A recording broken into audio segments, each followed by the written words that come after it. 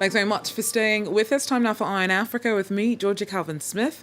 Tonight, tensions ratchet up in Kenya during a protest against tax hikes.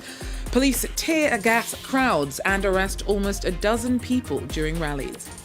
Also, hundreds of newborns have been abandoned in Namibia. Sexual health campaigners say that it's another sign that the abortion ban should be re-examined. The government has been holding public consultations on the legislation, but a timeline for possible reform is still unclear.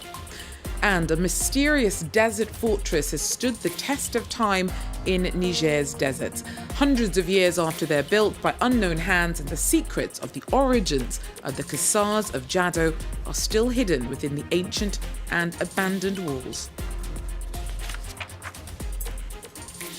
But first, at least 11 people were arrested on Tuesday during protests against a finance bill that would raise taxes on food and fuel. Called the Sita demonstrations, meaning 6-6, for the sixth day of the 6 months when they were held. They were a pushback against what supporters say is a cash crunch not of their making. The crackdown on the expression of frustration has been slammed by some critics of President William Ruto. Laurent Berstecker tells us more. Scenes of panic in downtown Nairobi as police fired tear gas and stun grenades to disperse a crowd of protesters. Several hundred Kenyans had rallied in the capital to oppose a new finance bill and were taken aback by what they saw as an unnecessary use of force. Police are being used by the government to interrupt peaceful demonstration. We want the police to obey our constitution and protect every Kenyan, because we are the people, we have the power, and we are saying no to finance bill. The controversial bill introduced by President William Ruto is calling for new or increased taxes on a wide range of essential products such as food and fuel, but also on emerging industries like cryptocurrencies and social media influencers. The government argues the tax hikes are necessary to fill its coffers and fix an economy crippled with debt. But many Kenyans see the plan as a betrayal of Ruto's campaign pledge to help the poor and feel the law will only add to existing economic hardships. People need money, and that money is being taxed. You are being taxed twice for something that you need to get free. So we need that financial ability to go down. The controversial bill still needs to be debated and approved by Kenya's parliament before becoming law. Well, Tanzania has said that concerns raised by rights campaigners over the relocation of Maasai communities from their ancestral land are misleading and that police acted calmly and proportionately. Amnesty International has accused authorities of using excessive force and arbitrary detentions against indigenous Maasai in Loliondo in Arusha last year.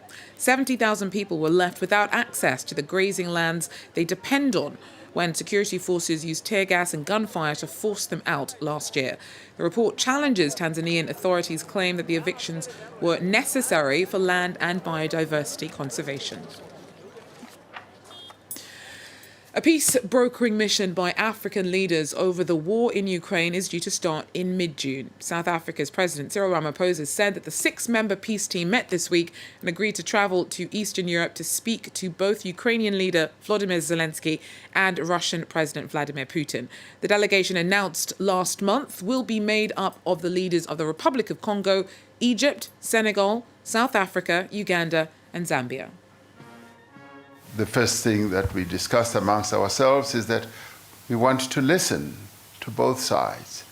They need to outline to us their own perspective on the war, as well as what are their minimum requirements for bringing the conflict to an end.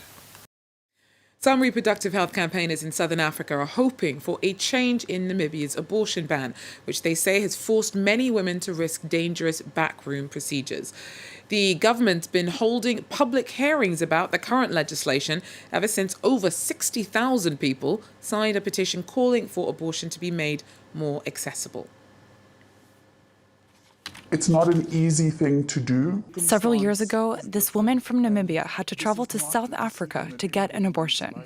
An entire decade has passed, but the law has yet to change. I'm grateful that I was in that position to be able to not only have a procedure done, but to have it done legally and safely.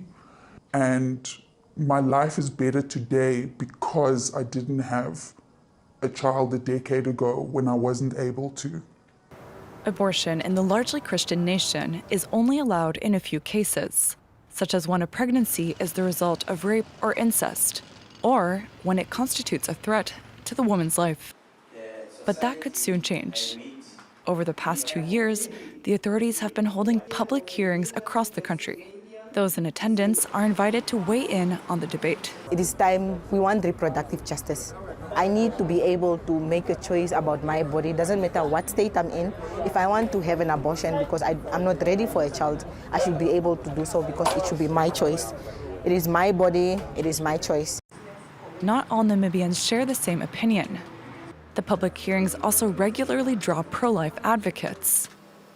Pro-choice defenders put forward medical arguments, favoring a safe and legal procedure for women, who often aren't able to travel abroad and risk dangerous backstreet terminations. Elections in DR Congo are due on December 20th. The question of who's allowed to run for top political positions has already proved to be controversial. A highly contentious law will soon go before MPs that calls for only candidates for whom both parents are Congolese to be eligible to become president. Our team reports. Noel Chani never misses an opportunity to campaign.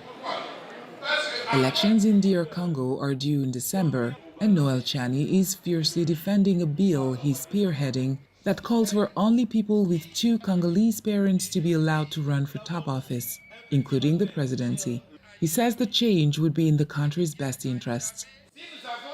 If DR Congo happened to have a president whose mother would be Congolese and father be, say, Rwandan, he might be prone to making decisions challenging the country's national sovereignty. The controversial text was first submitted to the National Assembly in 2021. Lawmakers rejected it for being unconstitutional, but this time the bill will be examined. Ivory Coast's concept of ivoirité is in everyone's mind. It was brought to the national stage in the 1990s by a candidate accusing his contender of not being 100% Ivorian. The concept of ivoirité meant 7 million Ivorians were denied citizenship, which led to the war. Here, we don't deny citizenship to anyone. The bill's critics say it is an attempt to block one specific candidate 7 months before the presidential election, Moïse Katumbi. Should this bill pass and be enacted this year, the opponent candidacy could be invalidated. The competition should be open to all, and no one should be seen as a threat to those who claim they are going to win the elections. We can see that all these manoeuvres are aimed at Katumbi because he makes them feel insecure. Such a bill is a bad look on democracy. Civil society organizations have called the text racist, and President Felix Tshisekedi has expressed reservations about its relevance. The deserts of northeastern Niger feature mysterious fortified villages. Generations of travellers have looked upon the Kassa of Jado, wondering who built them and why. The abandoned settlement is hundreds of years old and could date back to the 13th century, but even today, the fortress defends its secrets. Laurent Berstecker has more. Lost in the immensity of the Sahara Desert, a sprawling citadel rises from the sand. A fortress of salt and clay, whose origins remain shrouded in mystery. Similar structures can be spotted throughout the Kawar region, but nobody knows when exactly they were built or by who. This fort here was built, well, I don't know precisely. For centuries, these fortified villages were used as safe havens by populations fleeing Tuareg raids. Some say they were built by the Turks or the Arabs, others by the Sao tribes, who have been living in the area for thousands of years. History says that they were built by Kurds, Turks. Before that, the Sao people were here, then the Turks, and in third came the Kanuri. Despite their ancient history, the ruins were never turned into an archaeological site. For the past 20 years, growing insecurity in the region, which has become a hotspot for drugs and weapon trafficking, has kept tourists and researchers at bay. What's really missing today is tourism. Without tourists, the community can't take advantage of this place, especially with the insecurity. Abandoned in the Sahara Desert, the lost cities of Kawar are still waiting for those who will uncover their secrets. Fascinating. That is, though, where we'll have to leave it for Iron Africa. Thanks for joining us. Do so again. Take care.